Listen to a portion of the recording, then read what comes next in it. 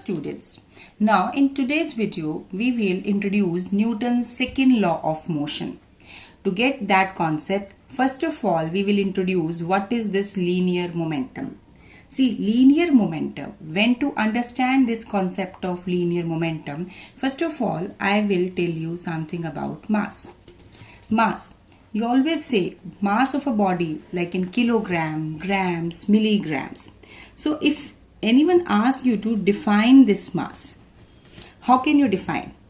You will define it as it is amount of substance contained in the body.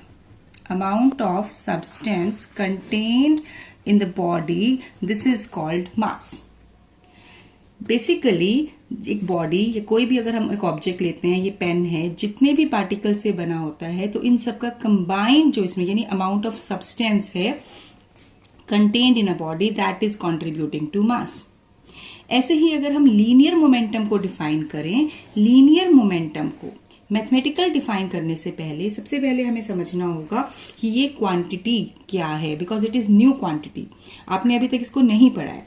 तो momentum को आप relate करो कि ये मोशन से रिलेटेड होती है. It has some mathematical formula. Formula क्या होता है? Linear momentum is mass into velocity. Symbolically इसे हम रिप्रेजेंट करते हैं P से. P equal to m into V. This is the mathematical concept. But how to define this linear momentum? जैसे हमने मास को डिफाइन किया कि किसी भी सब्सटेंस में कितना सब्सटेंस, कितने भी मैटर है उसको बनाने वाला, ऐसे ही लीनियर मोमेंटम क्या होता है? It is the amount of motion contained in the body. Amount of motion contained in the body. That mean जब भी हम मोमेंटम की बात करते हैं तो हम बॉडी के मोशन की बात करते हैं. अब देखिए मास. मास तो एक बॉडी का फिक्स है. मैंने एक साइकिल ली, cycle is moving, car is moving, a truck is moving. सबका अपना अपना मास है. अब अगर सबको स्टार्ट करने के लिए हम सेम फोर्स लगा रहे हैं या किसी भी वजह से हम इन्हें पुश कर रहे हैं तो सबका मोशन अलग अलग होगा, सबकी स्पीड अलग अलग होगी. दैट मीन्स पर्टिकुलर बॉडी में कितना मोशन है under the influence of force, that is basically the momentum. Body जितनी हैवी होगी उतना ही फोर्स ज्यादा लगाना पड़ेगा उसको मोशन में लाने के लिए. लेकिन अगर हम सेम फोर्स लगा दें तो बॉडी का जो मोशन होगा वो अलग अलग अमाउंट से होगा. So simply you will say that momentum is amount of motion contained in the body and this momentum it is represented by P, which is given by mass into velocity. And if we have to take SI unit of momentum, SI unit of momentum को अगर हम देखें तो सबसे पहले हम मास का unit की बात करें. मास को हम किस में मेजर करते हैं? किलोग्राम में. वेलोसिटी को किस में मेजर करते हैं? मीटर पर सेकेंड में. सो SI unit of linear momentum is combine हो जाएगा क्योंकि ये मल्टीप्लाई हैं दोनों terms, kilogram metre per second. So this is the SI unit of linear momentum. And linear momentum it is a vector quantity. It is a vector quantity. Why? Because mass is a scalar quantity, but velocity is a vector quantity. Therefore, linear momentum is also a vector quantity. So, what information you have concluded about this linear momentum? सबसे पहले amount of motion contained in a body. Second point, its formula mass into velocity. Third point, its unit kilogram meter per second, and the fourth point, it is a vector quantity. So after getting this complete information about this linear momentum, now we will define Newton's second law of motion and we will use this momentum in that particular definition. Now Newton's second law of motion. First of all we will do its statement. According to it, rate of change of linear momentum, rate of change of linear momentum of a body is directly proportional. See, directly proportional के लिए जो हम sign use कर रहे हैं वो इस तरीके से लाइक क्रॉस जो आप कई बार यूज करते हो, आप ध्यान रखना है डायरेक्टली प्रोपोर्शनल के लिए ये सिंबल यूज होता है. So rate of change of linear momentum is directly proportional to external force applied on the body and this change takes place along the direction of applied force. Basic point जो आपको second law का याद रखना है कि rate of change of linear momentum is directly proportional to external force applied.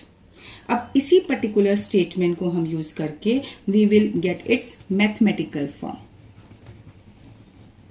See, Newton first law ने कहा कि हमारे पास एक फोर्स एक ऐसी क्वांटिटी है, यानी न्यूटन फर्स्ट लॉ ने फोर्स को इंट्रोड्यूस किया, फोर्स के बारे में इंफॉर्मेशन दी कि जब तक फोर्स नहीं लगेगा कोई भी बॉडी अपनी स्टेट चेंज नहीं करेगी. सेकेंड लॉ ने इस फोर्स को एक मैथमेटिकल फॉर्म दिया, एक फॉर्मूला डिफाइन करेंगे. बेसिकली ये जो फोर्स है मैं आपको यहाँ पे बता रही हूँ कि इस फोर्स को हम कहाँ तक लेके जा रहे हैं. Force will be mass into acceleration. अब मैथमेटिकल फॉर्म में हम ये फॉर्मूला डिराइव करने वाले हैं. कैसे? By using this statement, rate of change of momentum is proportional to force, external force acting.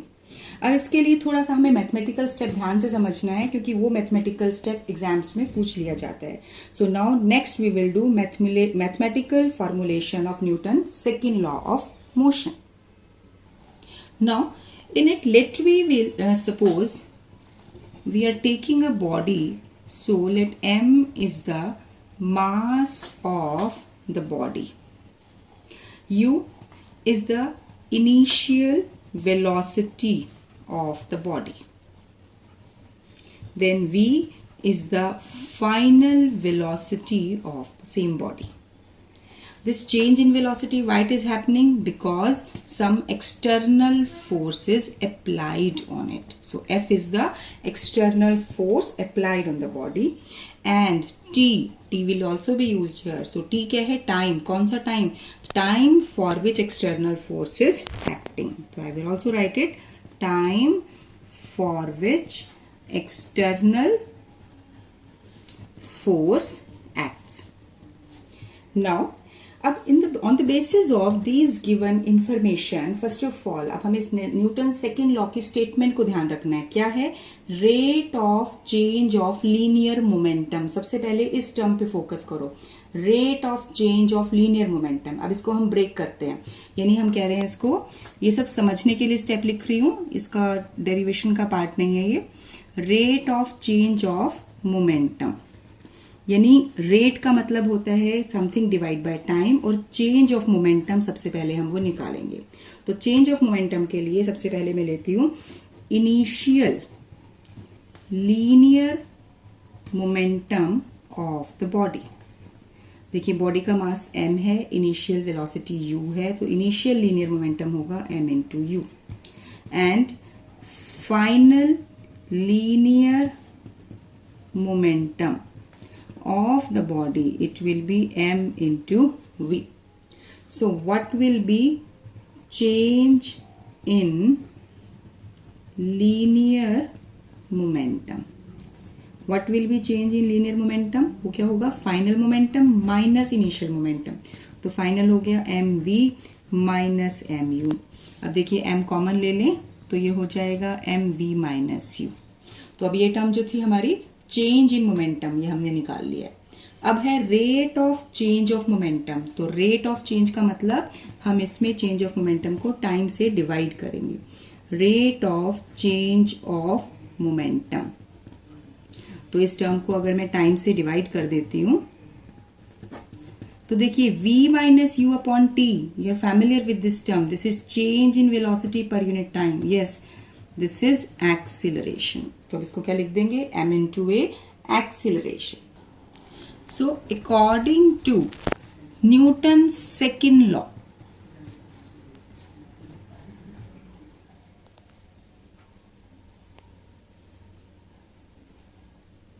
so now according to Newton's second law, rate of change of linear momentum, so this is mass into acceleration, it is proportional to external force acting, or we can also rewrite it as force is proportional to mass into acceleration. After this we will rewrite it in this form. अब क्या करना है, now you will remove this proportionality sign. अब जब भी हम proportionality sign को हटाते हैं तब यहाँ हम एक कांस्टेंट लेते हैं, कांस्टेंट के, पी कुछ भी यूज कर सकते हैं। यूजुअली कांस्टेंट के लिए हम के यूज कर लेते हैं, वेयर के is this constant of proportionality. So here this unit of force is so chosen that value of k is 1. It means F equal to ma. या अगर हम एक और तरीके से इसे कहें कि बेसिकली कि अगर हम ये कहें कि k की वैल्यू 1 ही क्यों लेना है, तो हम कह सकते हैं कि अगर हमें फोर्स को यूनिट डिफाइन करना है तो उसके करस्पॉन्डिंग हम एक ऐसी बॉडी लें जिसका मास यूनिट हो, जिसका एक्सेलरेशन भी यूनिट प्रोड्यूस होगा। तो under this condition value of k will come out to be 1। आप पुट करके देखो कि अगर मैं ये ले रही हूँ F इक्वल टू के ma. अब force, unit force is that particular force which produces an unit acceleration in a body of mass 1, यानी unit mass। तो क्या आ गया, k की वैल्यू आ गई 1। तो ये सिर्फ समझने के लिए है कि हम डायरेक्टली k की वैल्यू 1 क्यों ले रहे हैं। आपको सिर्फ यही समझना है कि SI सिस्टम में k की वैल्यू 1 होती है। लेकिन अगर इसको आपको क्लैरिटी करनी है तो आप ये कह सकते हैं कि यूनिट फोर्स को डिफाइन करने में मास एंड एक्सेलरेशन हम यूनिट ही ट्रीट करते हैं, जिसकी वजह से k की वैल्यू 1 आ जाती है।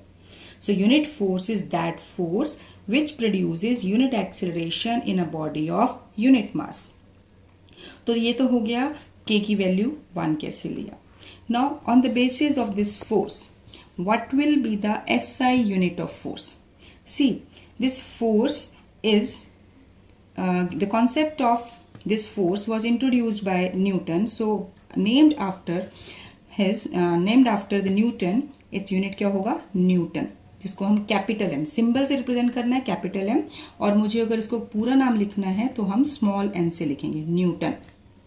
लेकिन हम इसको मास एंड एक्सेलरेशन की यूनिट की फॉर्म में भी रिप्रेजेंट कर सकते हैं। कैसे, जैसे अगर मैं ये कहूं कि मास किलोग्राम में है, एक्सेलरेशन होता है मीटर पर सेकेंड स्क्वायर में, तो न्यूटन किसके इक्वल हो जाएगा, Newton will be kilogram metre per second square. अब यहां से हम डिफाइन करेंगे 1 न्यूटन फोर्स या कहें SI unit of force. So 1 Newton is that much force which produces unit acceleration in a body of mass 1 kilogram. ये तो मैंने सिर्फ मैथमेटिकल लिखकर दिखा दिया है, you have to write it in language.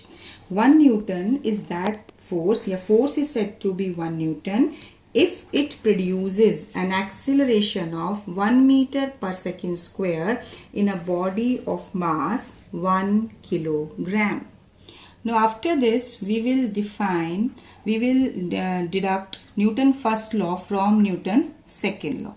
See, Newton second law ने क्या दिया, फोर्स का एक मैथमेटिकल फॉर्म, यानी इसका एग्जैक्टली मेथड दिया कि जिसकी हेल्प से हम फर्स्ट लॉ को डिफाइन करेंगे। तो सबसे पहले देखिए न्यूटन फर्स्ट लॉ क्या कहता है, हमारे दिमाग में पिक्चर क्लियर होनी चाहिए। फर्स्ट लॉ कहता है कि अगर कोई फोर्स बॉडी पर नहीं लगाएं तो बॉडी अपनी स्पीड चेंज नहीं करता है, बॉडी या तो रेस्ट पे रहता है या मोशन में रहता है। तो इसको एक्सप्लेन करना है हमें, तो सबसे पहले हम क्या करेंगे, एक्सेलरेशन को लिखेंगे v minus u upon t, right. अब देखिए फिर हम कंडीशन लेते हैं when no external force is acting, it means force is zero. तो अब इस एक्सप्रेशन में अगर हम इसको जीरो पुट कर दें, M v minus u upon t equal to zero, तो देखिए मास तो बॉडी का कभी भी जीरो नहीं होगा क्योंकि हम बॉडी के मास की तो बात ही कर रहे हैं। तो कौन सा फैक्टर जीरो होगा, ये होगा v minus u upon t, यानी एक्सेलरेशन जीरो होगा। अब इसको मैं लिख सकती हूँ v माइनस यू, टी को जीरो से क्रॉस मल्टीप्लाई किया, जीरो हो गया, तो v equal to u। This is the main point जो कि फर्स्ट लॉ को डिफाइन करता है। क्या कहता है ये कि object will continue to move with the same speed, यानी speed initial and final same रह रही है। कब रह रहा है, when no external force is acting. तो लास्ट में आप लिखेंगे when no external force is acting the body will continue to remain in the same uniform motion और it will continue to move with the same velocity. अब अगर हम ये कहें कि बॉडी रेस्ट पर है, यानी अगर u जीरो होता तो v भी जीरो होता, तो बॉडी रेस्ट पे रहती। अगर u की कोई इनिशियल वैल्यू है तो बॉडी फाइनली भी उसी स्पीड से मूव कर रहा है, तो वो होता मोशन का case. So this way we can deduce Newton first law from Newton second law. Now, after understanding Newton's second law, let we explain applications of Newton's second law. सबसे पहले क्वेश्चन आता है कि एप्लीकेशन का meaning क्या है. इसका meaning है कि हम डेली लाइफ में बहुत सारी एक्टिविटीज करते हैं, बट अब हम यहाँ पर बताएंगे कि न्यूटन सेकेंड लॉ उसको कैसे एक्सप्लेन करता है. तो सबसे पहले जब भी किसी एप्लीकेशन को हमें एक्सप्लेन करना है, तो बेसिक पॉइंट जो हमें लिखना होगा कि as F equal to M v minus u upon t. So for some change in momentum, mv minus u क्या रिप्रेजेंट करता है? Change in momentum. You will say force is inversely proportional to time. देखिए, inversely proportional का मतलब क्या हो गया कि यहाँ पर ये टाइम डिनोमिनेटर में है, यानी टाइम बढ़ेगा तो फोर्स घटेगा. तो it means force is inversely proportional to time. तो ये एक बेसिक पॉइंट है जो हर एप्लीकेशन में आपको लिखना है, क्योंकि यही फैक्टर इसके एप्लीकेशन को एक्सप्लेन करता है. So it means we can increase the time and hence force exerted on the body will be reduced. Let me understand it by taking different example. You're familiar while playing cricket ball. In the cricket you play with the bat and the ball. So catching a ball. जब एक batsman ball को hit करता है और bowler उसको catch करता है, तो आपने देखा होगा the person is lowering his hand. कभी भी टॉप पर जब हैंड्स से हम बॉल को पकड़ते हैं तो हमारे हाथ पे ज़्यादा तेज हिट होता है, लेकिन अगर हम अपने हैंड्स को नीचे कर लेते हैं तो कोरेस्पॉन्डिंगली उस पर लगने वाला फोर्स कम हो जाता है. सो यही चीज़ हेल्प करती है, यही हमारा न्यूटन सेकेंड लॉ है. तभी मैंने कहा था कि टाइम अगर जब भी बढ़ाएंगे, टाइम इंक्रीज होगा तो फोर्स का इम्पैक्ट रिड्यूस होगा. और फोर्स का इम्पैक्ट वो हमारी बॉडी की बात कर रहे हैं, बॉडी पर यानी हैंड्स पर. So, to catch a fast moving cricket ball, a player pulls his hands backward, yani downward, to prevent injury to his hands.